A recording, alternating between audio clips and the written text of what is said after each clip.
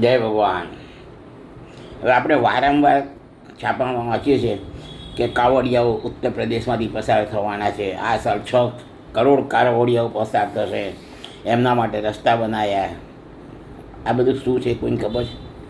કાવડિયા એટલે શું? તો એક એવી સિસ્ટમ હતી કે ગંગા નદીનું પાણી લઈ જઈ અને છેક રામેશ્વર મહાદેવજીને ચડાવવાનું. આ એક ધાર્મિક પ્રથા છે અને આને બધા બહુ માને છે. તો સૌથી પહેલાં કાવડિયો કોણ? તો રાવણ. જ્યારે સમુદ્ર મંથન કર્યું તો મહાદેવજીએ વિષ પીધું, એટલે એમનામાં આજુબાજુ નકારાત્મકતા, નેગેટિવિટી બહુ વ્યાપી ગઈ.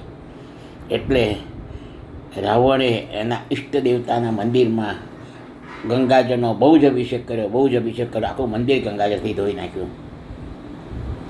ત્યાર પછી બીજા નંબરે શ્રવણ.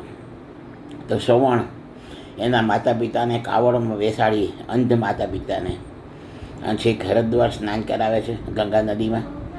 અને ત્યાંથી ગંગાજળ લઈ અને નજીકના પ્રખ્યાત શિવ મંદિરમાં એમના હાથે અભિષેક કરાવે છે. ત્રીજો કાવડિયા રામચંદ્ર ભગવાન. રામચંદ્ર ભગવાને ગંગાજળથી બૈદ્યનાથમાં અભિષેક કરેલો. એ જ રીતે પરશુરામ, અને આજ સુધી ઘણા બધા કાવડિયા થઈ ગયા. એ મૂળ કાવડ યાત્રાનો મતલબ, કાવડ યાત્રા શ્રાવણ મહિનામાં ચાલુ થાય. ગંગાજળનું પાણી લઈ અને નિયરેસ્ટ જ્યોતિર્લિંગમાં એ પાણી અર્પણ કરવું, ચડાવવું. તમે ગંગાજી ના જાઓ તો નર્મદાનું પાણી લઈ અને નજીકમાં મહાકાલમાં અથવા તો ત્ર્યંબકેશ્વરમાં પણ જઈને ચડાવી શકો છો. તો આવી રીતે ગંગા અથવા નર્મદાનું પાણી નિયરેસ્ટ મહાદેવજીમાં શ્રાવણ મહિનામાં ચડાવવાનું ખૂબ જ મહત્ત્વ છે. અને એના ઉપરથી આ કાવડ યાત્રા નામ પડ્યું છે.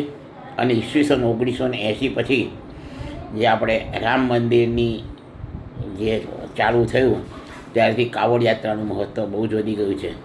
પહેલાં કાવડ યાત્રામાં બધા ચાલતા જતા હતા, હવે તો લોકો બાઇક લઈને જાય છે, ગાડી લઈને જાય છે, અને ફટાફટ જઈને ગંગાજળ જ્યોતિર્લિંગમાં ચડાવીને પાછો આવે છે. જય ભગવાન. હર હર મહાદેવ.